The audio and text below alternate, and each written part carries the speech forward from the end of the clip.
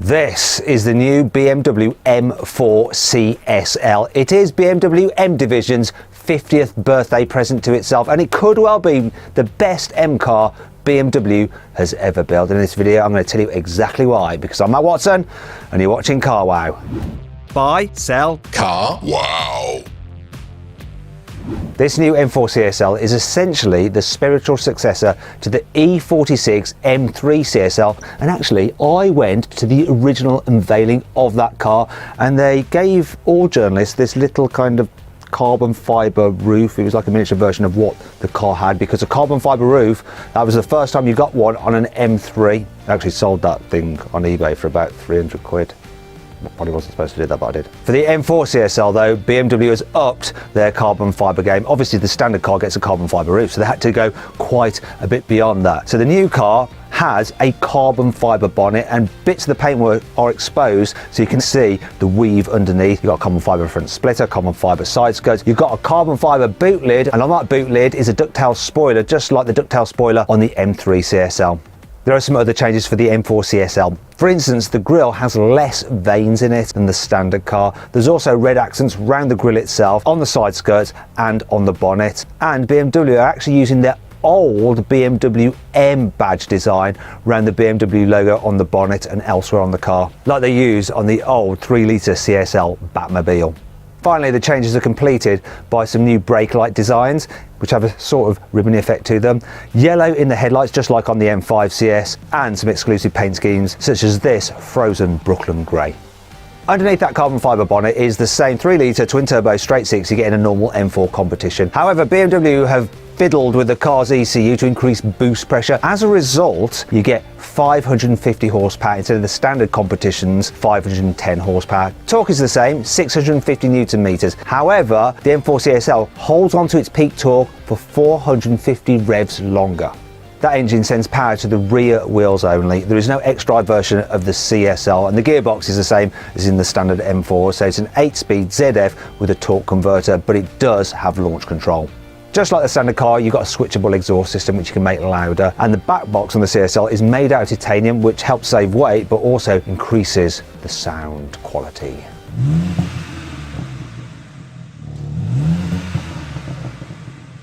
Let's talk about performance. BMW says the M4 CSL will do 0 to 60 in 3.7 seconds, which is 0.2 of a second quicker than an M4 competition. However, I've timed a normal M4 competition, did 0 to 60 this quickly.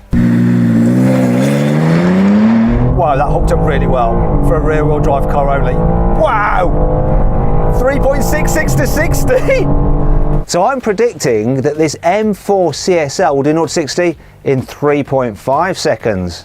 I did the maths. Now I'm going to be sure to check that when I finally get the car to test drive, and to make sure you don't miss that video, subscribe to this channel, hit the bell icon to turn your notifications on, and that way you'll be alerted when I've reviewed the car and upload the video. Now the M4 CSL is not only faster at accelerating than the standard car, it's also has a higher top speed. 191 miles an hour, which is 11 miles an hour more than an M4 competition can do. It's also the quickest production BMW round the Nürburgring, with a time of 7 minutes 20 seconds.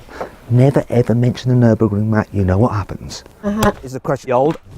BMW has fitted the M4 CSL with some unique wheels. Just like on the standard M4 competition, they're the same size, so 19 inches at the front, 20s at the rear. However, the CSL has lighter, stronger forged alloys, which you can't get on any other BMW. They also come as standard with Michelin Pilot Sport Cut 2R tyres. Brilliant for the track, little bit crap on a wet, cold road. So if you'd rather have some more sedate tyres, BMW will fit those instead as a non-cost option. What's also no extra cost are carbon ceramic brakes, because the CSL gets them as standard, whereas on a normal M4 competition, they're part of an £8,000 pack. Now, great thing about carbon ceramics is that they improve your braking performance on track, and they reduce the unsprung mass of the car by 14 kilos. Oh, they also come with red brake calipers. Snazzy. BMW has upgraded the CSL's interior to make it feel more sporty. For instance, they got rid of the rear seats to help save some weight, and instead you just get some nets which can hold your helmet. Anyway, there's also lots of carbon fibre. Got carbon fibre strip on the dash and a carbon fibre centre console, which means that the centre console is actually half the weight of the standard car centre console. There's also a fire extinguisher, and unlike some other brands which strip out their cars entirely, you still get a normal BMW infotainment system, but it does have some CSL logos and a full 10-speaker stereo.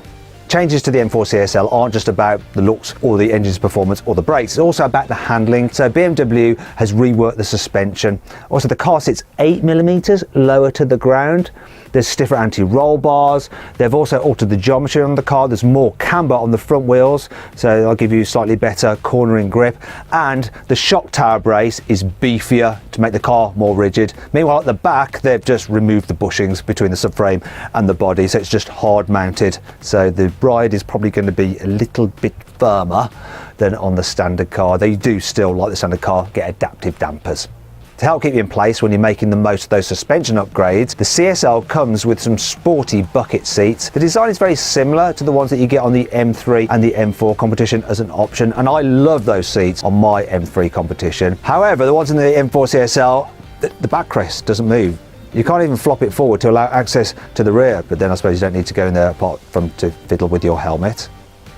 Anyhow, I've got to stop this, haven't I? Anyhow, the seats, they do slide forwards and backwards, but if you want to raise them up or lower them down, you have to go to a BMW dealer, and a man with a special tool will alter the height of them for you. Now, someone in the office said you have to be a special tool to come up with that idea for some seats, but I don't agree, yeah? Neither do you, if you're a BMW fanboy? Yeah. Also, you should be aware that the seats don't have anything like lumbar support or heating or cooling. So how much weight has BMW saved exactly? Well, the use of those Focus Sport seats saves this much weight. The removal of the rear seat saves this much weight. The use of carbon fibre throughout the car has saved this much weight. That titanium back box has saved that much weight. The carbon ceramic brakes have saved this much weight. Less sound insulation has saved this much weight. And then some other bits and pieces I can't quite remember have saved this much weight.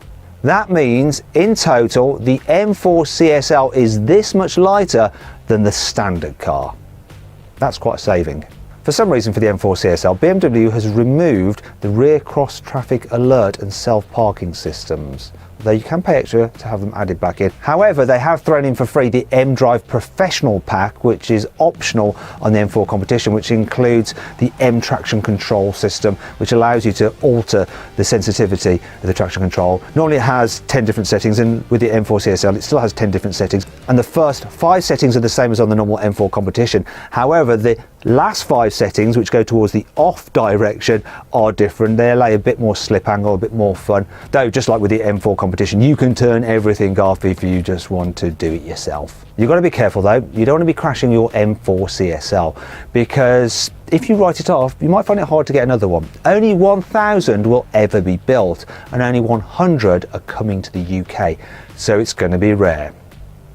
But then you know it's going to be expensive as well. Site price, £126,000. That's only £5,000 less than a Porsche 911 GT3. Though to be fair, an Alfa Romeo Giulia Quadrifoglio GTAM costs £150,000. And if I'm brutally honest, I thought that the normal M3 drove better than that car anyway. Sorry if I'm fanboying again, but there you go. Still, M4 CSL, if you want one, put your name down now, because production starts in July. Anyway, I hope you all enjoyed the video. If you did, give it a like. Click on those windows there for some more videos, and on that box there to go to CarWow to see how much money you can save on a new car.